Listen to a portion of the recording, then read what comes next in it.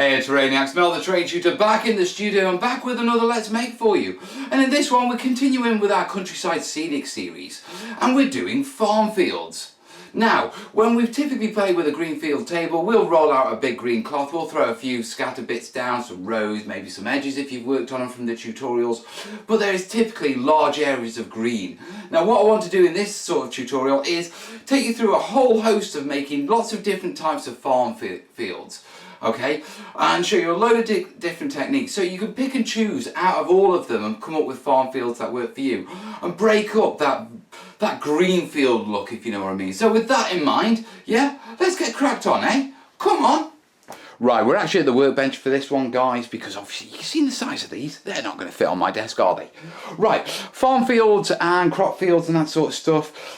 There's a hobby standard, sort of a default, yeah, and you'll have seen it loads of places, yeah, this is nothing new, but I want to take you through it. Okay, now this is using doormats and floor tiles and rugs and that sort of stuff for farm fields. So, let me take you through a few of the selections we've got and then we'll work with a couple of these. So, these are sample strips, yeah, for matting. You can get them from carpet shops. And basically they're free, you take them home, yeah, so you can collect a few of these and, you know, get your fields for free. But if I bring it up, yeah, do you see the texture? There are ruts, you know, our furrows and our ruts for where we've ploughed fields. And all you do is you paint it up and you dry brush it and, you know, flock it, all that sort of stuff. So, we've got that one, which is a really thin one. Yeah, another one. Yeah, if I bring that one up. Yeah, that's a bit thicker. So if I compare it with the original, yeah, you can sort of see the difference in those, can't you? Yeah, so much bigger ruts. Yeah, these are pretty much all the same. Yeah, as that one. I've got a brown one here. I'll have to use that one, it'll be easier paint. Yeah. If you can't get darker ones, when it comes to painting these, they can be a bit of a pain in the backside. You can either prime them or you can... I'll cover that in painting, but look for the darker ones. Yeah, obviously this is another sample one because we've got the holes up here. And, you know, you can see the furrows on that. Okay, now moving on. We have a doormat. Yeah, but if I bring it up, look at those. Don't those look beautiful? Yeah, so we'll be having a bit of this. This doormat was £2. Yeah, you know what I mean, from a bargain sort of shop. You can't complain that, can you? Yeah, moving on. Then we've got floor tiles. Now, I don't know outside the UK, I'm just guessing on this, but in the UK we get these floor tiles. They're 2 foot square, I think. They are 2 foot, aren't they? No, they're slightly off. Imagine 18 inches square, but you can get them with this texture. Okay, which is once again our furrows, what we're after for farm fields. Yeah, once again I think this is about £2. Yeah, so you could probably get about 4 fields out of that, 4 really big fields. Yeah, and then finally you've got this sort of stuff. Now this is heavy duty, what you call it, sort of garage matting. Okay, but if I bring it up and you have a look at the furrows, you know, if you want to really go and have something that's really quite significant, you know, furrow wise, yeah, you could go for that. I mean, model wise, the furrows on those are probably going to come up halfway up someone's shin at 28mm. Yeah. So next job I've got to do is, now I've shown you them, I need to cut a couple of these into squares and then we can take them over to the desk and I can show you painting them up and all that sort of stuff along with the other materials and the techniques we're going to cover. So for cutting them, decent ruler, metal ruler, and you know, a decent blade. When you are cutting these, don't ever try and do them in one go. Yeah, they are too thick to cut in one go, so lots and lots of thin cuts. Go easy, watch your fingers obviously. Yeah, right, I'll crack on. So I've cut my squares out and we've got the one with the quite tight furrows, medium one, yeah, and then the really big furrow one. I quite like that. Okay, now that's the matting. Now there's other materials as well that sort of come with a natural sort of furrows, ploughed farm field look. And the material in question is this. Yeah, corduroy. Yeah, it's a flashback to what, 80s? I remember wearing this as a kid in the 80s. My mum used to dress me in this stuff. But basically, if I bring it up, yeah, and I show you, you see those furrows? Beautiful, nice and tight, really clean. Okay, now you can find these sort of clothing in charity shops or thrift stores. Okay, and it's just a matter of cutting it out and mounting it. So I'm going to quickly do that now. So I've cut out my square of corduroy, I've sort of rounded the edges, and what I've got is my standard EPVC. Yeah, and that's going to go down on there. Now, I haven't just got this one to base. Okay, obviously we've got these tiles as well. And on this one, what I'm going to do is I'm going to mount it on a bit of plasticard, okay, because it's got quite a thick sort of base to it that I think will show up. So I want to blend that in, and so I need a base for it. So that one can go there. This one I'm not going to base at all. Yeah, it's quite thin, and I think it'll be a good example of, you know, how they go when they just sit flat down. Yeah, and then finally, yeah, we've got this one. Now this one, it's quite thin, but I wanted to base it on a bit of EPVC, yeah, just to show you. So yeah, there are our 4 fields, and we're going to do another one in a minute anyway, but yeah, I just quickly want to show you. So when it comes to gluing them, you've got a couple of options. Yeah, you can, PVA doesn't work brilliantly with regards to gluing rubber to plastic, okay? You can get away with it, and if you're painting it on top, it will roughly stick, but there are better glues. You want to look at contact adhesives, no more nails. For the thicker ones, hot glue will work really well. For the thinner ones, you want to look at something like a spray adhesive, which is what I'm going to be using. So I'm going to be using my standard Blue Tack spray adhesive. Where is it? One sec. Yeah.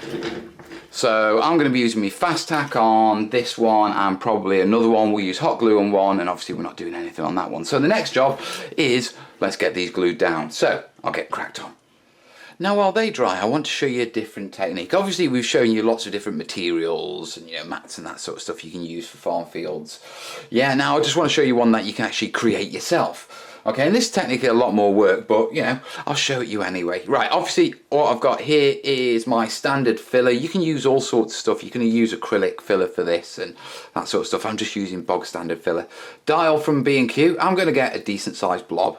Yeah, look at that, on my finger, and I'm going to whack it on my sheet of expanded PVC.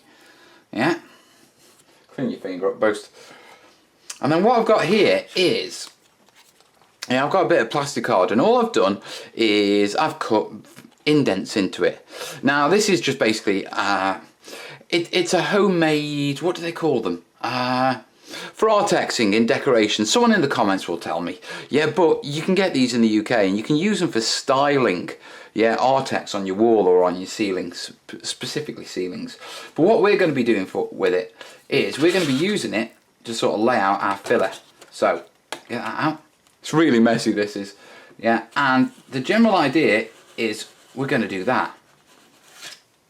Yeah, and if I bring it up, see the tracks? Now what I'm going to do is use this to sort of spread the filler out onto the piece first. Yeah, because like I say, it's a bit of a blob.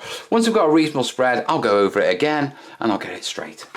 Right, there you are, all spread out. I ended up using my fingers. I just prefer it messy. Right, get my scraper. I still don't know what this is called. Yeah, but all I'm going to do is get it in place. Ba, ba, ba, ba.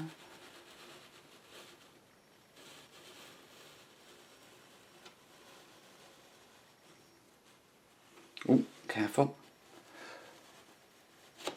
Right, there we go. Scrape that off into that, so it's not wasted. Get in there. Make it a right mess here. Right, let me bring this up and show you. Okay, dead simple. There we go. Yeah?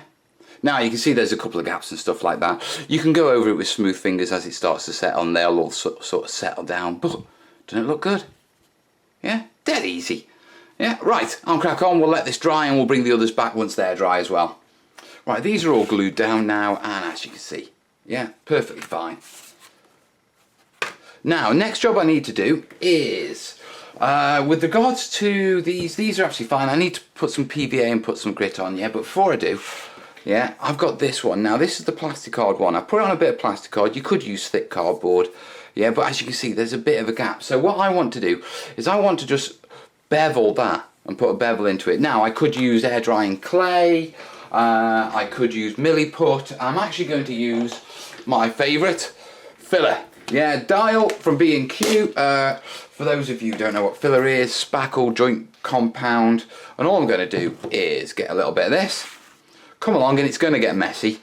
Yeah, but all I'm doing is basically just feeding it into that gap there. Yeah, and then what I'll do is I'll just smooth it along. Yeah, if I show you, yeah, that's what I'm doing, and all that will do is it'll just give me a bit of a bevel rather than it having a harsh edge to it. So I'm very quickly going to go around that now. So there you have it. Yeah, don't worry about the little scraggy bits of the edges. We'll clean those up once it's all actually dry. But as you can see, I put a bevel in and blended it all in, and it looks rather nice. Yeah, it sits flat, and then all we've got to do is just wait for that to cure. Yeah, along with the other glues. Yeah, now, in the meantime, since I've got the filler out, I might as well show you another technique, hadn't I? Right, come on. Right, it's all dry now, and look at that. Now, if you take a good look, let's be honest, yeah, Mel's never going to make a painter and decorator, is he? Yeah, but it's good enough for what we need to do. Right, the next job. Dead simple. I just want to add a little bit of grit to these, yeah? Now, obviously, these are all dry. They've been left to dry overnight. Yeah, what I need to do now is basically just put a rim of PVA just around the edges, and then just a little bit of my mixed grit onto here. And that's just going to give it a bit of texture around the edges for me, yeah? So, over here, I've got a bit of PVA mixed with a bit of water, thinned it down a bit. Yeah, and it is just a simple matter of, you know, paint a bit of PVA on both. Yeah, and then I'm just going to sprinkle some of that on. So I'll get cracked on with that, and I'll come back once that's done, guys. So there you are, all textured up. All I need to do is leave that to dry. Now I'll do the rest of these, and when they're all dry, we'll come back and do some painting. Right, the grit's all dry, and it is looking beautiful. Okay, now comes to painting these things, and there's something I need to point out. Oh, I need the other one. Right, when you're dealing with things like carpet tiles, clothing, it's important to realise that these materials are often treated with chemicals to stop them soaking up. Yeah, like a Scotch guard, so they don't soak up dirty water and mud and that sort of stuff. And so, essentially, you can clean dirt off them. Now, with this in mind, painting them can be a real pain in the backside. Now, if you're using something like I do, which is my watered down house paint, it will take 3 or 4 layers to get a decent layer on this, yeah, because of the way it's treated. Not so much on the filler, that'll go down quite nice, you know, as always. Yeah, so when you come into these, what you need to do is, I highly recommend, if you want to save yourself a lot of hassle, I highly recommend that you switch over to using primers. Now, I've got a couple here. I've got a grey primer, yeah, which I'm just going to use to base coat before I use my house paint, okay, on one of them. And then I've got a couple of browns. Okay, now these are army paint primers. I quite like them. You know what I mean? You can use all sorts of different primers, any coloured primers, but I quite like these. And what I'm going to do now is, very quickly, I'm going to take these off outside, yes, because I don't want to gas out my studio, and I'm going to give them a prime, okay, with various greys, browns, yeah, and then we'll bring them back. So, I'll see you shortly. Right, while we wait for those to dry, yeah, what I've got here is, I've got some house paint, a little bit of PVA, I've mixed them on my palette, I've got 5 parts house paint, 1 part PVA. And this is kind of important, the PVA bit, because what I'm going to do is, I'm going to give this a bit of a base coat. Right, I've given it a good coating, I've just got a little bit left over, so what I want to do is just throw this extra on, and really sort of make this bit wet. Okay, and the reason for that is I'm actually going to use it as a glue as well. Okay, so we've got a brown colour, okay, and then over here I've got some mixed herbs, just standard stuff that you'd get from the supermarket. And all I'm going to do is a little bit of sprinkling. That's me. Yeah, so we'll leave this to dry. I'll go get the ones that have been primed and hopefully they're dry, and then we'll do the next stage, yeah? There you go, all dry. Okay, now it's a bit stark and it doesn't fit in that well, and I want to stain it. So what I've got, yeah, is I've got a little bit of my paint, yeah, I've got a little bit of PVA in there, and I'm going to add quite a bit of water to it, yeah, and I'm going to, well, if there's water in here, boss, yeah, and I'm just going to mix it up. Now it's mixed up, I've got sort of like a stain. It's not a wash, it's not got flow aid in, yeah, and all I'm going to do is just dab it on my piece. Thin it out a bit. This will sort of stain all those herbs and bring them into the right sort of colour tone. So I'm going to crack on with this. There you go, all stained up. And that's going to change the colour of the herbs just to fit more with the actual colour that I've used to base it. Okay, so there's not so much of a stark contrast. Now the final thing I want to do is I just want to break it up a little bit more. I've got a little bit of really light flock here. Yeah, so I'm just going to dribble this on in the way I do. There you go, guys, it's all sprinkled on. Now what's happening is it's soaking up that stain while it's wet, and so that's going to sort of slightly colour change and go with the piece as well. So we've got to leave this one to dry. Now the other pieces are already have been primed, but I just wanted to show you this one. Now we primed it grey, okay, and remember it's not a grey field. This is just so we can get some colour on it using emulsion paints, okay, house paints, latex paints. So standard paint, yeah, and all I'm going to do is I'm just going to dribble it on. I'm being really lazy with this one. Get my brush and I'm just going to work this in. Whatever protective coating is on this, it's damn good. Yeah, and if you get this situation and your mats sort of seem resistant to paint, even after you've primed them, yeah, switch to the neat stuff. Don't use watered down. Yeah, and just rub it in. Really get it into those creases. Yeah, because you're really going to need this to mat up, as they say. Yeah, but if I bring it up, see how it's going? Right, I'll get this done. There you go, guys, all sorted. Listen, when you're using, like, you know, carpet tiles and materials and stuff like that, and stuff that wasn't designed for crafting, it can often throw you a curveball. And when it does, yeah, you've just got to just run with it. Quite often, if it's resistant to paint, you've just got to give it more paint, you know, give it a couple of extra coatings, put more paint into it. And as you can see, you know, in the end, you win. Right, I'm going to leave this to dry, and then I think the best thing to do is let's pull the pieces together.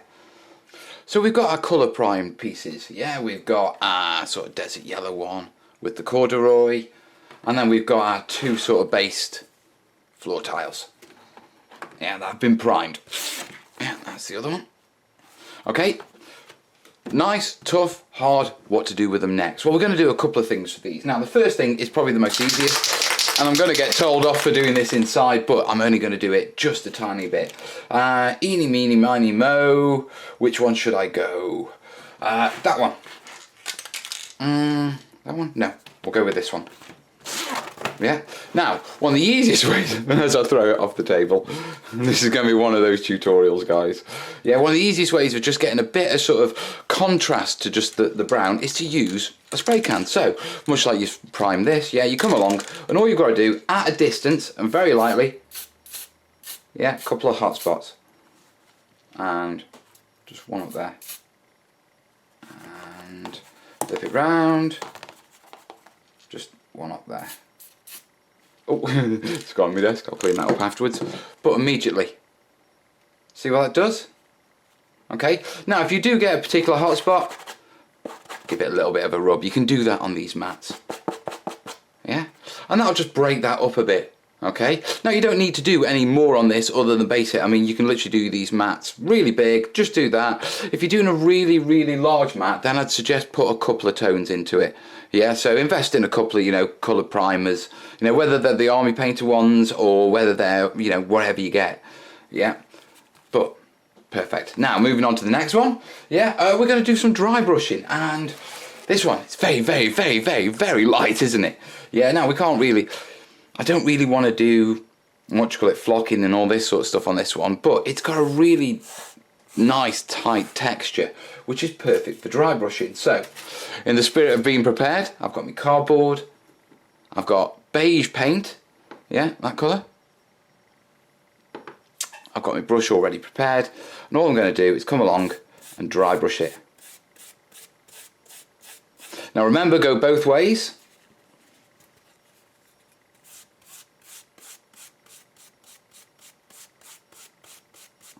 See where we're going with this? Right, this is one of those, we'll skip forward. And there we are, guys. Yeah? Looks lovely, doesn't it? Now, it will fade a little when, as it dries, as it always does, because wet paint is always brighter than dry paint. Okay? But that is essentially done for what we need to do on this one. Now, I could sprinkle a little bit of flock over and break it up a little, but I'm not going to on this one. We're going to save that for something else. Yeah, now, so that leaves us with this one. Okay? And in this one, we're going to do some dry brushing as well. Oh, let me put that in soak. Yeah. Got my brush. Yeah. This time, I'm going to use PVA. So, got my PVA, I've really spread it out thin on my brush, okay, and all I'm going to do is I'm going to dry brush this piece, just across the tops. So, all dry brushed, okay, and then simply light flock. Let's just move these out of the way before they get covered in flock. Okay, and all I'm going to do is sprinkle from a tall height. Now, I'm not looking to give it an even coating, I want it broken up a bit. Yeah, but if I very quickly show you, Yeah, that's what it's like now.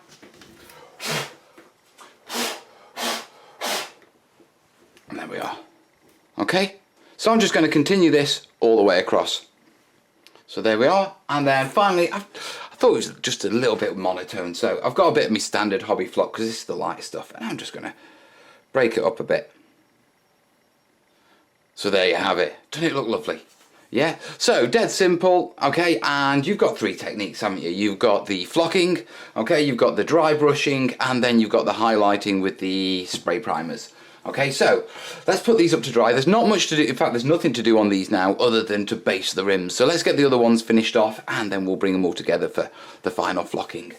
All dried now, and as you can see we've got sort of a mushy ground effect. Yeah, a mixture of flock, herbs and that staining and a bit of PVA to hold them all together. Now I did think that these runs are quite close together. Yeah, which means it sort of precludes using clump foliage on it. So I thought, you know what, tell you what, we'll show a few different techniques on it. Now the first one, what we're going to do is we're going to cover sort of your light loose sort of scrub material. This is essentially clump foliage that's blended in very, very fine. Now, if you haven't got any of this but you've got clump foliage, yeah, get a cheese grater and just grate it, okay, and it comes out like this. Yeah, or you can just buy this sort of like, you know, this is from Foreground, basic material, loose foliage, woodland green. Then what I've got is I've got mini natter. Yeah, these are their agricultural strips. If I bring them out, I've used them for vines in the past. Yeah, if I bring that up, lovely, aren't they? Yeah, and then finally, yeah, I've got some tufts from Army Painter. Yeah, some swamp tufts. So we're going to apply these onto here. Now, I'm going to start off with these, and it is a simple matter of getting your PVA. Yeah, I've got to be really, really careful of this, otherwise it's going to go everywhere. Look guys, it's going to go everywhere, you know it is. Right, so I'm going to pick a couple of alternating rungs. Are they rungs? And lay a track out like that. Now I'm going to do a couple more. So there we go. Yeah, you'll notice they're broken up a little. I haven't tried to do complete streams. I want them broken. It adds to the realism. Okay, and I've got a bit of paper down just to catch my overspill. Now the easiest way of doing this is just literally dump it on. Okay, so grab, yeah, and then just tap it, just to make sure that where it counts, it sticks. Right, and then just to show you quickly,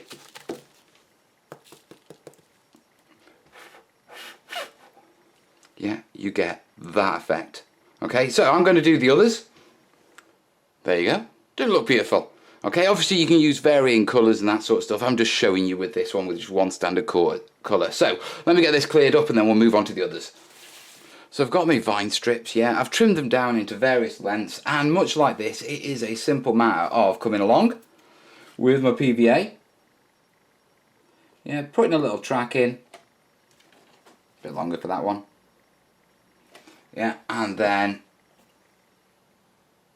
very carefully coming in, just laying it straight down onto that PVA. So if I bring that up for you, yeah, lovely, isn't it? Right, once again, I'll crack on with all of these. So there you go guys, that's the strips added, and you can really start to see it coming together. Now the final one is the tufts, and believe it or not, this is as complicated as getting your tufts, yeah, picking one out, touch PVA, come along, put it down, and it says, that wasn't even on camera, but come on guys, it's putting tufts on. Yeah, do you see them? See it? Right, so obviously once again, I'm just going to do that. I'll do one row there and one row there. And there we are guys, that's all the tufts added. I'm not going to say it, I'm thinking it. Right, all I've got to do now is just flock up the edges, but we're going to do that along with the other ones. Now, obviously, there's going to be a lot of people going out there, what about clump foliage? Well, let's do clump foliage on that big tile there. The one that was a real pain in the backside. Yeah, so I'll put this up to dry and we'll go get that.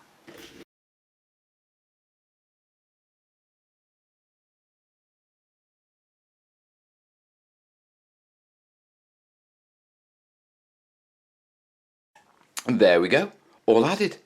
And once again, you can see the effect you can get with clump foliage. And remember, yeah, you don't have to just go with clump foliage. You can do lots of alternatives, and you don't have to go with clumps this big.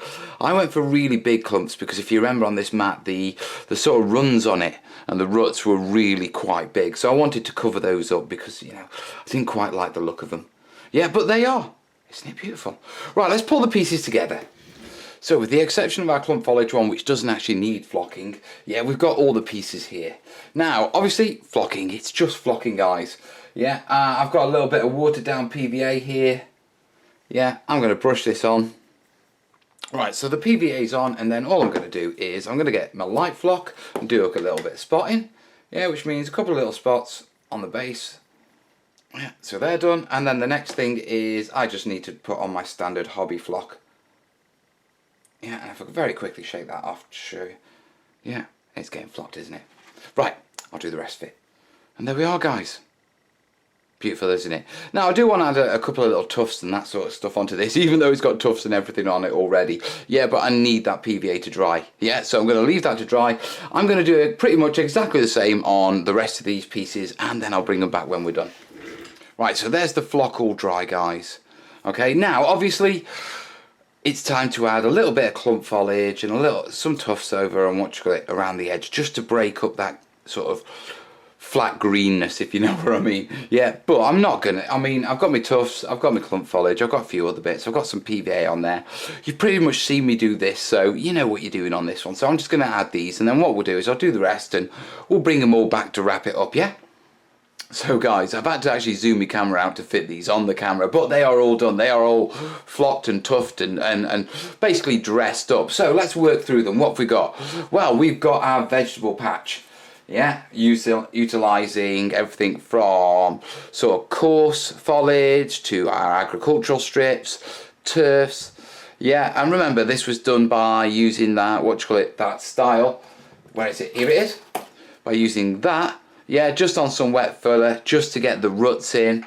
Yeah, then we've sprinkled on the herbs, we've sprinkled on a little bit of flock over it. We then stained it and sealed those to get those down, and then added all our foliage on, and you get beautiful. Now, I'll be honest with you, on big tiles, this is a lot of work, okay? And also, with the tufts and agro, it would be quite expensive, yeah, but it's well worth the commitment. Okay, now moving on. We've got dry earth. Okay, now this is our corduroy, yeah, that we basically primed and then we dry brushed and then we just dressed around the edges just to break it up. Now one of the things you'll notice is the edge is a bit scatty.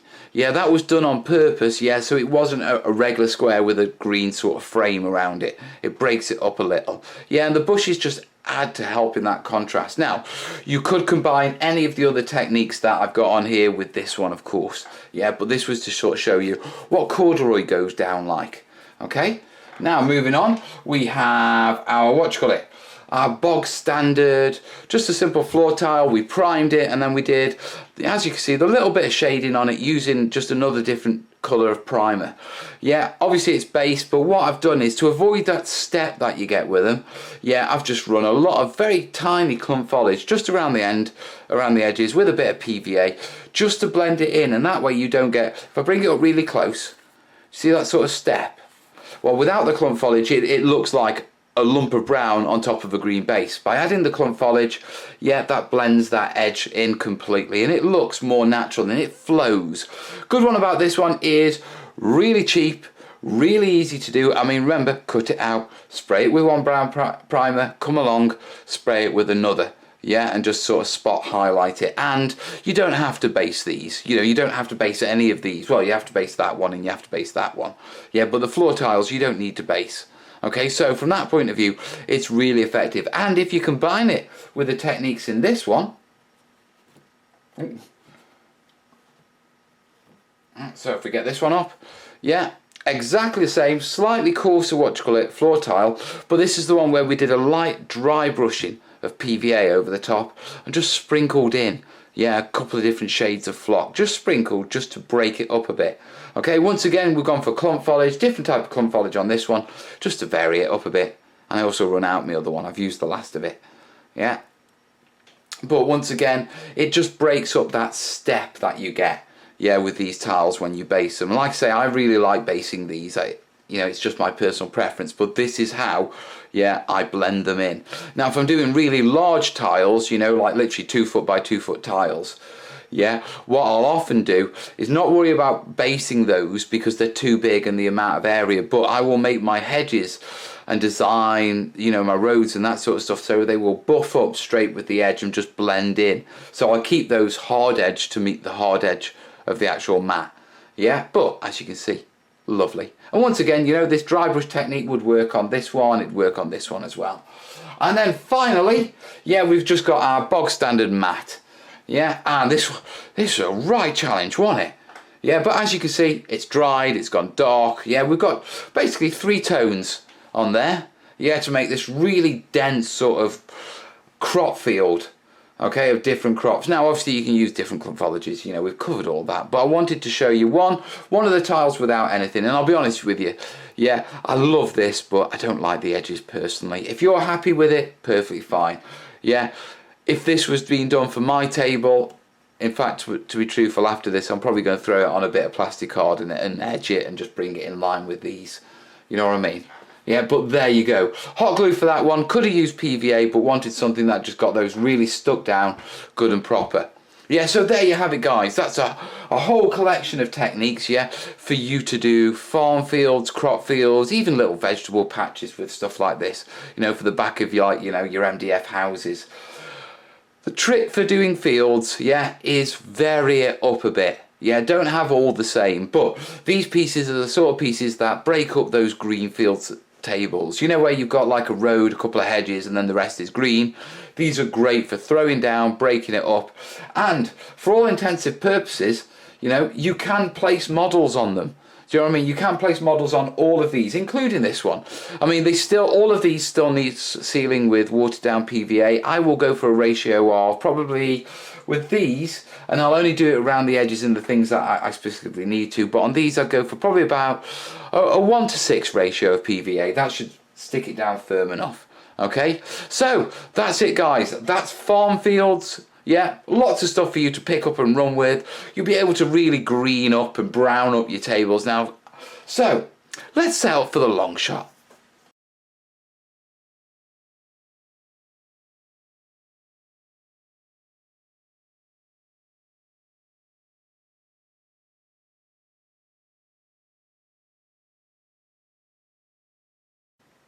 So guys, there you have it. There's a whole load of techniques and materials that you can cherry pick with and come up with farm fields and vegetable patches, etc. to sort of break up that green field look. Now, we have covered a lot of techniques in this one. Yeah, we haven't covered brown mastic or brown acrylic filler. Yeah, I'm saving that for a future tutorial on flexible terrain. Yeah, so keep an eye out for that in the future. Now, if you've got any suggestions or you've got any questions, get them down in the comments. I'm always answering my comments. Yeah, like it if you like it, share it if you know someone who's looking for this sort of stuff. And as always, guys, if this sort of stuff is useful to you, or you find that, you know, what I'm trying to do here with creating a library of terrain tutorials, yeah, based on genres and based on games, yeah, for the community. If you find that something worthy of supporting, then please consider jumping on Patreon. Now, either jump on Patreon and just pledge a couple of dollars a month, or if you're not into Patreon, you can jump on PayPal, yeah, and just send a one-off, and that's the link for that is down below. So, I'm shouting out, guys, if you love this sort of stuff, yeah, and I know you guys do, trust me, because I'm filming this on a live show and you guys have been brilliant. Yeah, so if you really do like this and all of you guys that are liking it, yeah, please consider jumping on board and supporting it and keeping this going and increasing the hours, the time and the amount of tutorials I can make. I want to get to the stage where I'm releasing 2 or 3 tutorials a week, but I can only do it with your help, guys. So with that in mind, yeah, please consider jumping on Patreon or PayPal down below. If you're new to the channel, yeah, you can subscribe there. And if you're looking for more tutorials, yeah, they're going to appear there. That's my best cabin crew impression, and I will see you soon, terrainiacs. All the best, yeah? Ta-ra.